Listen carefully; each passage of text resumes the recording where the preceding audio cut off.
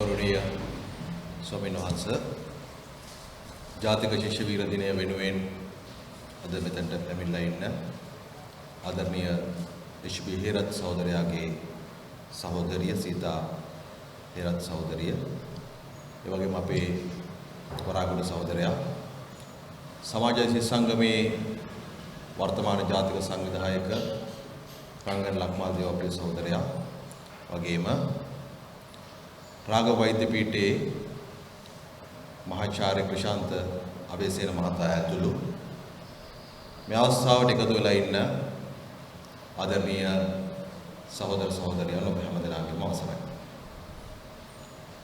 Corona වසංගතය අපේ රටේ පමණක් නොවේ ලෝකයේ පුරා පැතිරලා යද්දී එවැනි තත්ත්වයක් තුල පවා ජාතික ශිෂ්‍ය වීර දිනය සැමරීමට සමාජශීලී සංගමය ගත මේ තීන්දුව මේ කැපවීම අපි කවුරුත් අගය කරන්නට ඕන. කිසිම දුෂ්කරතාවයක් විසින් ශිෂ්‍ය වීරයින්ට හිමි යුතු ගෞරවය අපි බිඳකින්වත් අඩු කළේ නැහැ කියන පණිවිඩය තමයි අද මේ ශිෂ්‍ය වීර දිනයේදී මුළු මහත් ලෝකෙටම අපි සපයනවා. අපි මේ සමරන්නේ කාවද? එක පැත්තකින් නිදහස් අධ්‍යාපනයත් අනිත් පැත්තෙන් මෞබිමේ නිදහසත් වෙනුවෙන් සටන් කරපු ශිෂ්‍ය ව්‍යාපාරයේ ආදරණීය සගයන් පිළිබඳව. අද නිදහස් අධ්‍යාපනය පිළිබඳ කතා බහ. ඒකට එකතු වෙච්ච නිදහස් සෞඛ්‍ය පිළිබඳ කතා බහ ඉහළට ඇවිල්ලා තිබෙනවා. ඒක ඉහළට එන්න ඒ පිළිබඳව කතිකාව යට යවන්නට කවදත් වගේ පාලකයන් උත්සාහ කරනවා. දැන් මේ ඇති වෙලා තිබෙන තත්ත්වයේදී මේ කොරෝනා වසංගතයෙන් ලෝකෙම පීඩාවට පත් වෙලා තිබෙන මොහොතක අපේ රටේ රෝගීන් ප්‍රමාණය දැනට 2000කට වඩා අඩු කරගෙන මරණ සංඛ්‍යාව 11කට සීමා කරගෙන මේ වසංගතය යම් පාලිත තත්වයකට ගෙනෙන්නට අපි රටක් හැටියට සමත් වුණේ කොහොමද? ඒකට හේතු වෙච්ච ප්‍රධානතම සාධකය මොකක්ද? මම හිතනවා සමාජයක් හැටියට වසංගතය පාලනය කරනකොට අපි සාකච්ඡාවට බඳුන් කළ යුතු ප්‍රධාන කරුණක් ඒක. අපි නිවර්තන කලාපී රටක් වීම නිසාද? එහෙම නැත්නම් උෂ්ණත්වය විසින්ද අපේ රටේ රෝගීන් ප්‍රමාණය පාලනය වුණේ? එහෙම නැත්නම්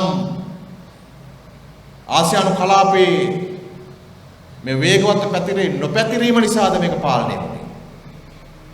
මම හිතනවා ඊට වඩා එහාට කියමු. සමහරු කියනවා අපේ රටේ ජනතාවගේ ප්‍රතිශක්තිකරණය කියලා. නමුත් ඒ සියල්ලට එහා ගියපු පෙනෙන යථාර්ථයක් තිබෙනවා. ඒක තමයි මහාචාර්ය ක්‍රිෂාන්ත අබේසේන මහත්මයාත් කිව්වේ. මේ රටේ මේ ප්‍රමාණයට හරි ඉතිරි වෙලා තිබෙන නිදහස් අධ්‍යාපනය සහ නිදහස් සෞඛ්‍ය පද්ධතිය. කොහෙන් හරි රෝගියෙක් වාර්තා වුණු සැනින් ඒ රෝගියා හඹාගෙන ගිහිල්ලා රෝගියා ග්‍රහණයට ගන්න පුළුවන් විදිහේ විධිමත් සෞඛ්‍ය සේවාවක් අපිට තියෙනවා. ඒ වගේම යමක් කිව්වට පස්සේ ඒක තේරුම් ගන්න පුළුවන් විදිහේ අධ්‍යාපනයක් ලැබපු ජනතාවක් අපි නිර්මාණය කරගෙන තිබෙනවා. මේ දෙකටම ප්‍රධානතම සාධකය බවට පත් වෙන්නේ නිදහස් අධ්‍යාපනය සහ නිදහස් සෞඛ්‍යය. එම නොවේ නම් අපේ රටේ තිබුණේ මුදල් දී රෝහල්ගත වීමේ සම්ප්‍රදායක් නම් සියල්ල සෞඛ්‍ය පහසුකම් සියල්ල ලබාගත හැකි වන්නේ මුදලින් නම් එහෙමනම් මේ පාලනය අපිට කරගන්න හම්බෙන්නේ නැහැ. එනිසා මේ කොරෝනා වසංගතයේදී ලෝකයේ බෙදිම් නිර්මාණය කළා තිබෙනවා. ජනතාවට විශේෂයෙන් සෞඛ්‍ය සේවාවට ඒකත් එක්කම කිව්වා වගේ අධ්‍යාපනයේ ගහට පොත් වගේ ගැට ගැහිලා අධ්‍යාපනයේ සහ සෞඛ්‍ය සේවාවන්ට ජනතාවට ප්‍රවේශ වීමේ පහසුව සාධාරණත්වය යම් පමණකට සාතික වෙලා තිබෙන කොහෙද? ඒ රටවල් කොරෝනා මර්ධනයේදී ඉදිරියෙන් ඉන්නවා. ඒක තමයි රහස. ඒක තමයි රහස. ඒ නිසා අද මේ කොරෝනා වසංගතය අප යම් පාලනයකට ගැනීමේදී මේ රටේ ජනතාවට සිහිපත් විය යුතු වන්නේ නිදහස් අධ්‍යාපනය වෙනුවෙන් අරගල කරපු පරම්පරාව. ඔබ කවුරුත් දන්නවා 1940 දශකයේ තමයි අපේ රටේ නිදහස් අධ්‍යාපන පනත ගෙනාවේ. වසර ගණනාවක් තිස්සේ රාජ්‍ය මන්ත්‍රණ සභාවේ එක සාකච්ඡා වුණා. නිදහස් අධ්‍යාපන පනත ගෙනීමේදී පාරිසටන් තිබුණේ. නිදහස් අධ්‍යාපන පනත ගෙනීමේදී උද්ඝෝෂණ තිබුණේ. අතරම දෙවන ලෝක යුද්ධයේ කාලේ තමයි මේ ඉස්සරහට එන්නේ. හැබැයි නිදහස් අධ්‍යාපන පනත සම්මත කර ගැනීමේදී ජනතාවට උද්ඝෝෂණය කරන්න නොකරන්නට උනාට නිදහස් අධ්‍යාපනය ආරක්ෂා කර ගැනීමේදී උද්ඝෝෂණ වැඩ වර්ජන එතනින් එහාට ගියපු ජීවිත පරිත්‍යාග කරන්න අපිට සිද්ධ වුණා. ඒ පරම්පරාව අද අපි සමරන්නේ. ඔවුන් එදා ඒ කැපකිරීම නොකරන්නට අපේ රටේ බොහෝ දෙනෙකුට මුදල් ගෙවලා මෙතරම් අධ්‍යාපනයක් ලබා ගන්න හැකියාවක් ලැබෙන්නේ නැහැ කියන අපි දකවුවා. නමුත් නිදහස් අධ්‍යාපනය සමහර විට ඒ තුලින්ම ඉදිරියට ආපු ජනතා ඒ නිදහස් අධ්‍යාපනයේ ප්‍රතිඵල භුක්ති විඳපු ජනතාවගේ ඡන්දයෙන් බලයටපත් වෙච්ච පාලකයන් තමයි අපේ රටේ හැමදාම නිදහස් අධ්‍යාපනය කප්පාදු කරන්න උත්සාහ කළේ. අද ශිෂ්‍ය ව්‍යාපාර සටනක් තියෙනවා. ඇබර්ඩීන් විශ්වවිද්‍යාලයට අනුබද්ධව ආසිර් රෝහලත් එක්ක පෞද්ගලික විශ්වවිද්‍යාලයක් අලුත් ආකාරයෙන් ආරම්භ කරන්නට මේ ආණ්ඩුව උත්සාහ කරමින් ඉන්නවා. ආණ්ඩුව කියලා තියෙනවා නම් ඒක දන්නේ නැහැ කියලා. වියත්මගෙම පත් කරපු ශ්‍රී ලංකා එයර්ලයින් එකනේ. ශ්‍රී ලංකා එයර්ලයින් එකේ සභාපතිතුමාගෙන් අහලා ඇහුවනම් ඒකේ සුලමුල හොයාගන්න පුළුවන්. මොකද ඒ රෝහල් ජාලාවයි තෝරන නිසා. ඔය ඇබර්ඩීන් විශ්වවිද්‍යාලය අපේ රටේ පෞද්ගලික විශ්වවිද්‍යාලයක් පෞද්ගලික වෛද්‍ය විද්‍යාලයක් ආරම්භ කරන්න උත්සාහ කරන්නේ අද ඉඳලා නෙවෙයි. මට මතකයි මම වෛද්‍යශිෂ්‍යයෙක් හැටියට ඉන්න කාලේ මිට අවුරුදු 20කට කලින් අද වගේ දවසක කොටුවේ දුම්රියපොළ ඉස්සරහා පිට දැවැන්ත උද්ඝෝෂණ කරන්න සිද්ධ වුණා. ඇබර්ඩීන් විශ්වවිද්‍යාලයට අනුබද්ධව රාජගිරිය ප්‍රදේශයේ කෘෂිකර්ම දෙපාර්තමේන්තුවේ ඇති අක්කර 2කමාරක් අරගෙන එවකට පැවති චන්ද්‍රිකා කුමාරතුංගගේ ආණ්ඩුව පෞද්ගලික වෛද්‍ය විද්‍යාලයක් දාන්න යන වළක්වන්නට. ඒ කාලේ ඇබර්ඩීන් එකක් විතරක් නෙවෙයි. ඒ ආණ්ඩුව ගිවිසුම් ගත වෙන උත්සාහ කරමින් හිටියා. මණිපාල් සහ ශ්‍රී රාමචන්ද්‍ර කියන විශ්වවිද්‍යාලත් එක්ක. ඒ උත්සාහයන් ශිෂ්‍ය ව්‍යාපාරයේ මැදිහත් වෙලා తాවකාලිකව පරාජයටපත් කරා. හැබැයි වතුර ගිල්ලපු බෝලයක් වගේ පිටින් එක උඩට මතුවෙනවා. සයිටම් කියලා කියන්නේ මෙරට ශිෂ්‍ය ව්‍යාපාරය විශ්වවිද්‍යාලාචාර්යවරු ප්‍රගතිශීලී ජනතාව එක්ක එකතු වෙලා තීරණාත්මකව පරාජය කරපු පුද්ගලික විශ්වවිද්‍යාලය උපාධි ප්‍රදානය කරන ආයතනය. සයිටම් පරාජය කර පමණින් සියල්ල අතර වෙන්නේ නැති බව ඔබට පේනවා. නිදහස් අධ්‍යාපනය රැක ගැනීම ඒක සමස්ත සමාජ වෙනසක් එක්ක ගැට ගැහිලා තිබෙනවා. ඒක තමයි මම කියන්නේ. මේ කවර හෝ ආණ්ඩු අධ්‍යාපනයේ විකිණීම ඔවුන්ගේ එකම පරමාර්ථය බවට පත් කරගෙන තිබෙන නිසාම ඔවුන් විටින් විට තමන්ගේ යට තිබෙන උත්සාහය එළියට ගන්නවා. විවිධාකාරයි. කොහොමත් ඊළඟ මහමැතිවරණයෙන් පස්සේ මේ තිබෙන ආර්ථික අර්බුදයේ එක්ක අධ්‍යාපනයේ තියෙන ප්‍රතිපාදන කප්පාදුවට ආණ්ඩුව අනිවාර්ය වශයෙන් යොමු වෙනවා. සෞඛ්‍ය දින වේදන් කප්පාදු කරනවා.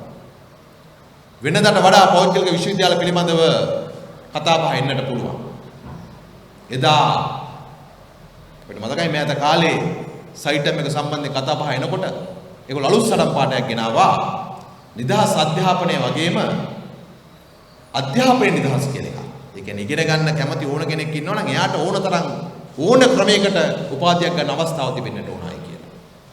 එවැනි මතවාද නිර්මාණය කරා. හැබැයි හැම දිනාටම කණේ පාරක් ගැහුවා. නිදහස් අධ්‍යාපනයයි නිදහස් සෞඛ්‍යයයි නොවන්නට අපිට මේ කොරෝනා වසංගතයෙන් මර්ධනය මුහුණ දෙන්න බෑ කියන එක.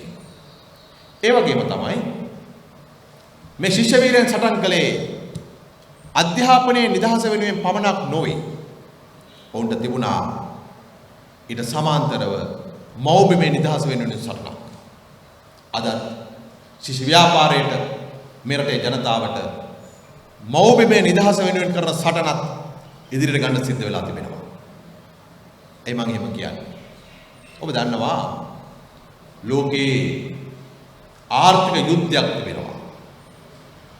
ඒක අපිට පේන්නේ නෑ දැන් අවියායුධ වලින් තාම ගහ ගන්නවා. අර චීනේ ඉන්දියාවේ දේශීමාව වුණා වගේ ඒ තරමටවත් මේ ආර්ථික යුද්ධය අපිට පේන්නේ නෑ. ඒක තිබෙන්නේ ඇමරිකා එක්සත් ජනපදයේ සහ චීනය අතර. ඒ නිසා තමයි කොරෝනා වසංගතයේ මේ කොරෝනා වෛරස් එක උඩට එනකොට ලෝකෙම කතා බහක් ආවා ඕපදූප ගියා. ඔබ දකින්න ඇති මේ වෛරස් එක කාගේ නිර්මාණයක්ද? කෙනෙක් කිව්වා මේක ඇමරිකා එක්සත් ජනපදයේ නිර්මාණය කරලා චීනයේ තිබුණු ක්‍රීඩා තරගයකට ඇමරිකාවේ හමුදා කණ්ඩායමක් බුද්ධ්‍යංශයෙන් යවලා ඒක චීනයට ව්‍යාප්ත කරා කියලා. චීනෙ පැත්තේ චෝදනා එල්ලුණා නෑ මේක ඇමරිකාවෙන් හදලා එළියට දාපු එකක් කියලා. ඇයි මේ වෛරස් එකත් එක්ක මේ රටවල් දෙකේ නම් පමණක් ගෑවිලා තිබෙන්නේ? කවුරුත් කියන්නේ නැහැ මේක ඉරානෙන් හදලා එව්වා කියලා, ඉන්දියාවෙන් හදලා එව්වා කියලා. ඇයි එහෙම වෙන්නේ? එම වෙන්නේ දැනටමත් ලෝකයේ යුද්ධයක් පවතින නිසා. යුද්ධේ පාර්ශ්ව දෙක තමයි මේ දෙක.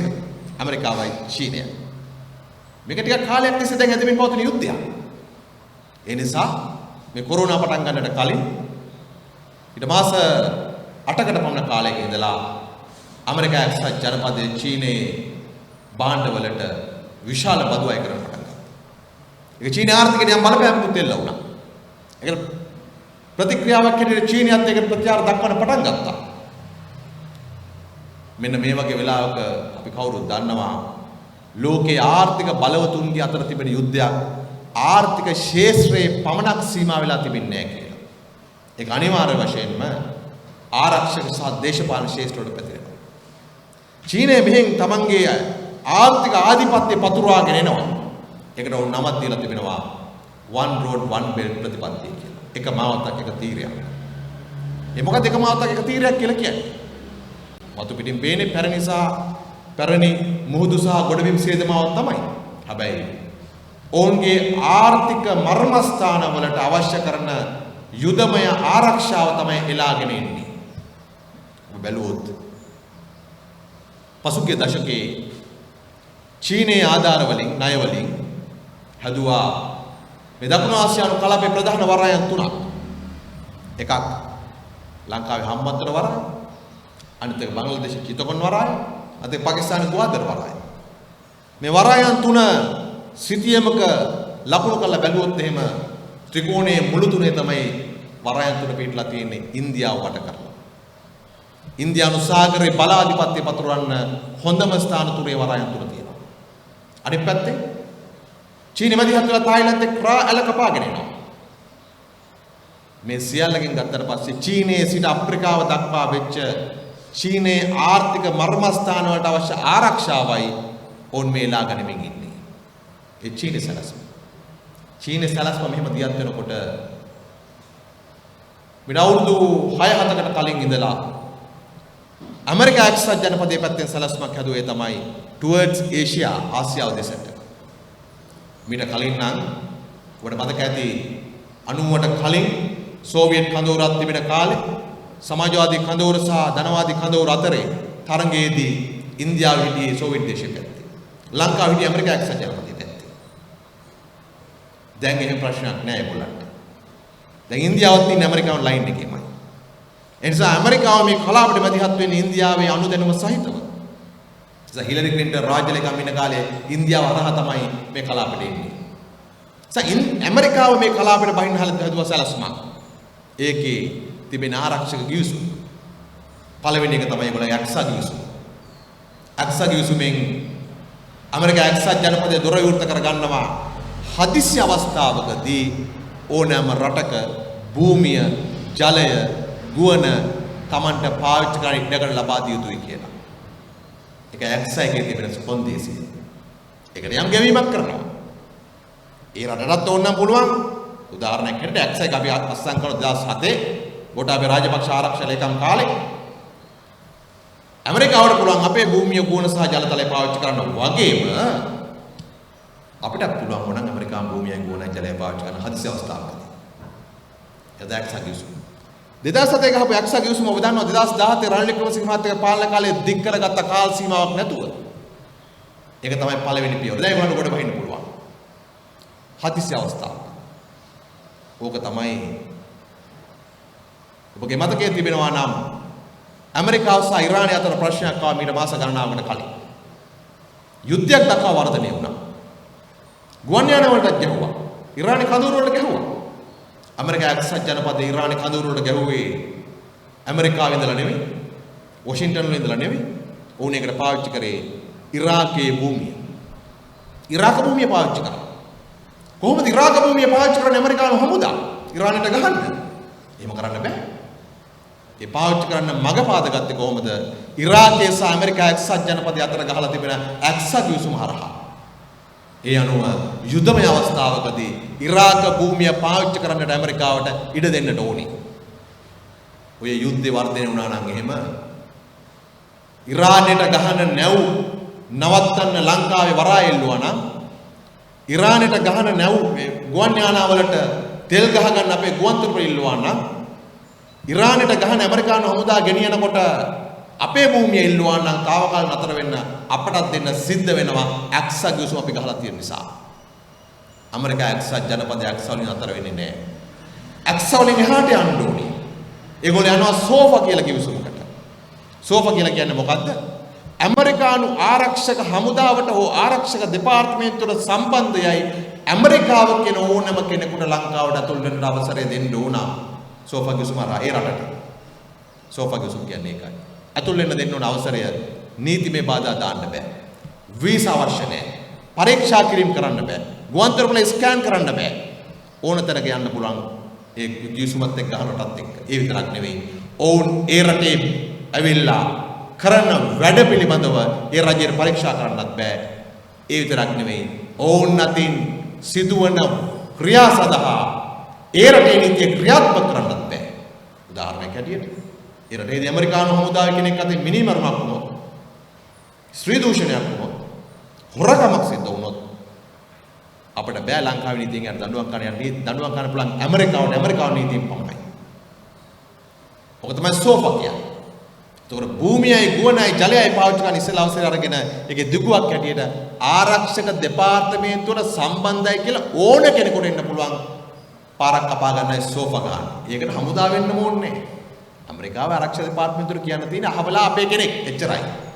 ඒවා බුද්ධියංශ හරි ඕන කෙනෙකුට කියන්න පුළුවන් අපේ කෙනෙක් එන්න දෙන්න. සෝෆා ගිවිසුම සාකච්ඡා කරමින් තිබුණ රනිල් වික්‍රමසිංහ මහත්තයා එක්සත් ජාතික පක්ෂ ආණ්ඩුව පහුගිය කාලේ පාස්කු ප්‍රහාරයෙන් පස්සේ මේ මාසයේ තිලක් මාරප නැමතිවරයා ගියා වොෂින්ටන් වලට ගිහලා සාකච්ඡා කරා මයික් පොම්පිය රාජ්‍ය ලේකම් එක්ක ඒ සෝෆා ගිවිසුමට යන්න. සාමාන්‍යයෙන් ඔබ දන්නවා මේ ධනවාදයේ ඇතුලේ වැඩ කරගන්නකොට සන්තෝෂමත් වෙනවා. නේද? සන්තෝෂමත් වෙනවා තුටු පඳුරක් දෙනවා. පඳුරු පාක් කුඩක් දෙනවා. සෝෆා ගිවිසුම අස්සම් කරන්න කලින් දෙන පඳුරු පාක් කුඩම තමයි MCC කියලා කියන්නේ.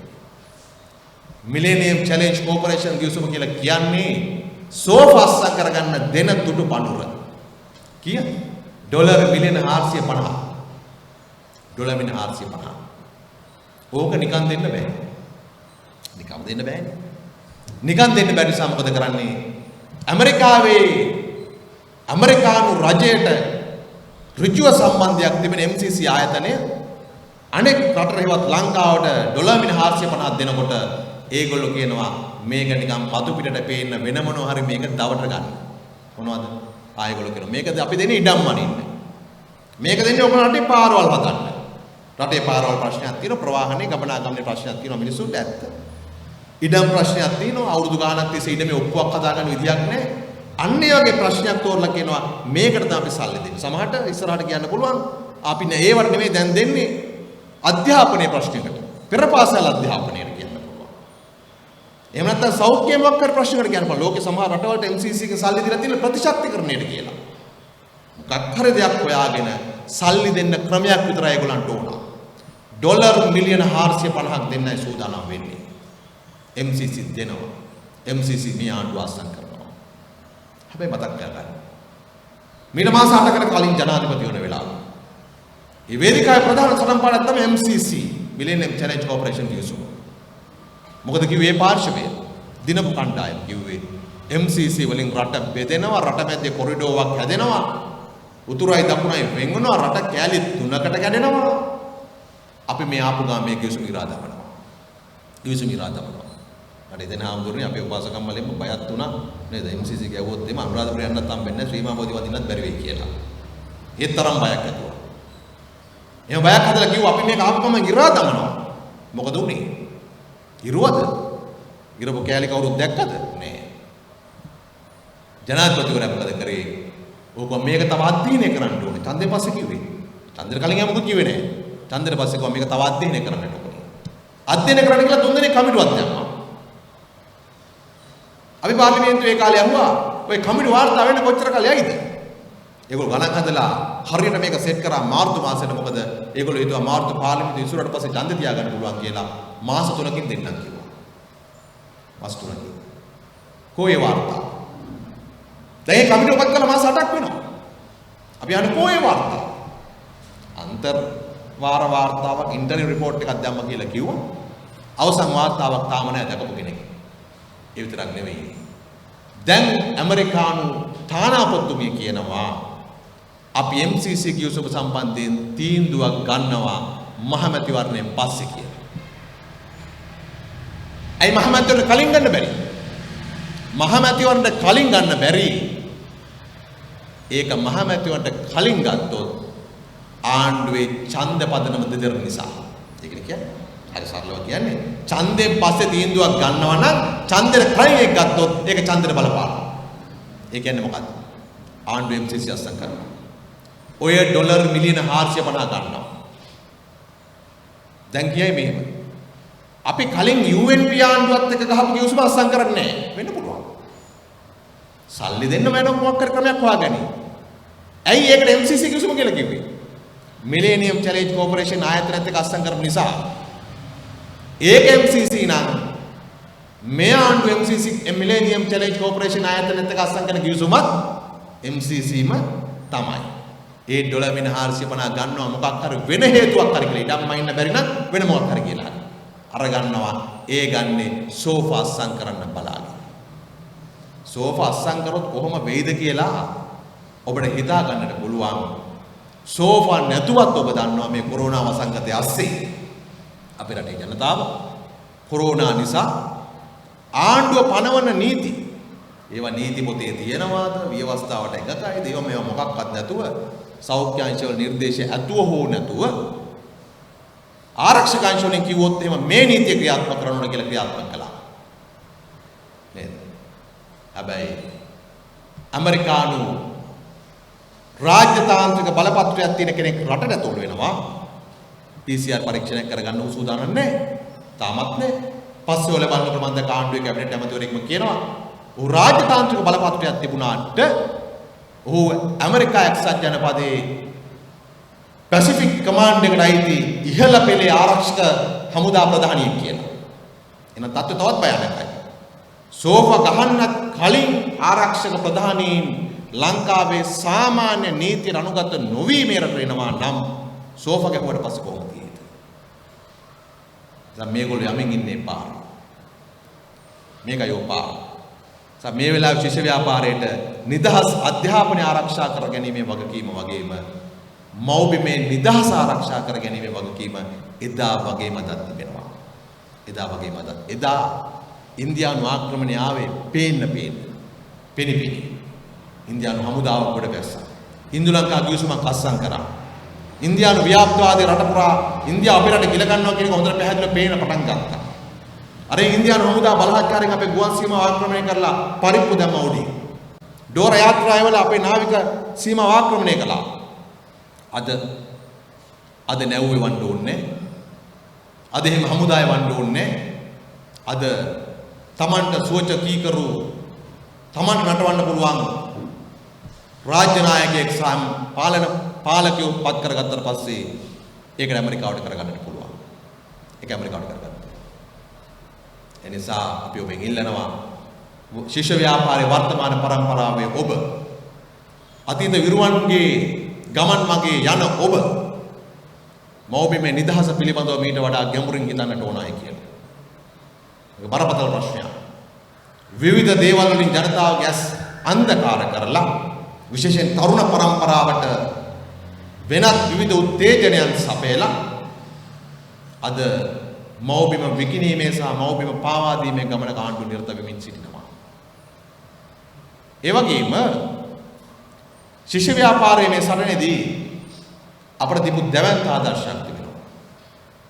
ලාංකික ශිෂ්‍ය ව්‍යාපාරය කවර හේතුවක් මතවත් ජාතිවාදයට වැටුනේ නැහැ. බලන්න අද අපි ස්මරණය කරන නායකයෝ අපි කතා කරනවා රංජිත මුරුරත්නම් ගැන. අපි කතා කරනවා නිෂ්මි ගැන. අපි කතා කරනවා එච්.පී. හේරත් ගැන. අපි කතා කරනවා ශාන්ත බණ්ඩාර සහෝදරය පිළිබඳව. අපිට ජාති වේදයක් තිබුණේ නැහැ. ඒ කවුරුත් නිදහස් අධ්‍යාපනය සහ මාතෘභූමිය බේරා ගැනීමේ සටනේ ජාතිය සංස්කෘතිය පැත්තකින් තියලා ඒ සටනේ ඒකාත්මකව හිටපු අය. අදත් ඒ සටන අපිට එලෙසම තිබෙනවා. ජාතිවාදයට නොවැටි කොහොමද රට ආරක්ෂා කරගන්නේ කියන එක. ජාතිවාදයට නොවැටි කොහොමද නිදහස් අධ්‍යාපනය ආරක්ෂා කරගන්නේ කියන එක. නිදහස් අධ්‍යාපනයට තර්ජනය එන්නේ කවර පැත්තෙන්ද? ඒකට විරුද්ධ වෙන්නට ඕන ජාතිය ආගම නොබලා. ඒක වෙන නේද වෙන ජාතික රයිත කණ්ඩායමක් පැත්තෙන් එනවා නම් විතරක් ඒක නිදහස් අධ්‍යාපනයට තර්ජනයක් වෙන්න විදියක් නෑ. කොයි පැත්තෙන් ආවත් ඒක එහෙමයි. අද රටේ බලය ලබා ගැනීමේදී ඔබට පේනවා ඇති ඒ ජනතාවගේ හැඟීම් පැවිසීම කොතරම් තිරස්චීන ආකාරයට කරනවද කියලා. දැන් ඊයේ සහ අද මාධ්‍යවල ප්‍රධාන ප්‍රවෘත්තියක් බවට පත් වෙනවා කරුණා අම්මාන්ගේ ප්‍රකාශය. කරුණා අම්පාරෙන් ඡන්ද ඉල්ලනවා. මොකටද ඉල්ලන්නේ? ජනාධිපතිව ජාත් ශක්තිමත් කරනවා. කරුණා හේ ඡන්ද ඉල්ලන්නේ කියලා මොකද්ද කියන්නේ? කරුණා කියලා කියන්නේ කවුද ඔබ දන්නවා? ප්‍රභාකරන් පස්සේ හිටපු නායකයා, LTTගේ දෙවෙනි පෙළ නායක, දෙවෙනි නායක නියෝජ්‍ය නායකයා. නැගෙනහිර සන්නද්ධාංශයේ ප්‍රධානියා. ඊට පස්සේ ආවට පස්සේ මහින්ද රාජපක්ෂ මහත්තයාගේ ශ්‍රී ලංකා නිදහස් පක්ෂයේ මහින්ද මහත්තයාගේ දෙවෙනියා උපසභාපතිවරයා. මහින්ද මහත්තයා දෙසරයක් ජාතික ලැයිස්තුවෙන් පාර්ලිමේන්තුවට පත් කරපු කෙනා. මේ සැරේ මහින්ද රාජපක්ෂ මහත්තයා ගෝලුවා ජාතික ලැයිස්තුවෙන් එන්න කියලා. අද අම්පාරේ සහ නැගෙනහිර ගිහිල්ලා කරුණා කියන්නේ මොකද්ද? එයාට ඡන්ද දෙන්න.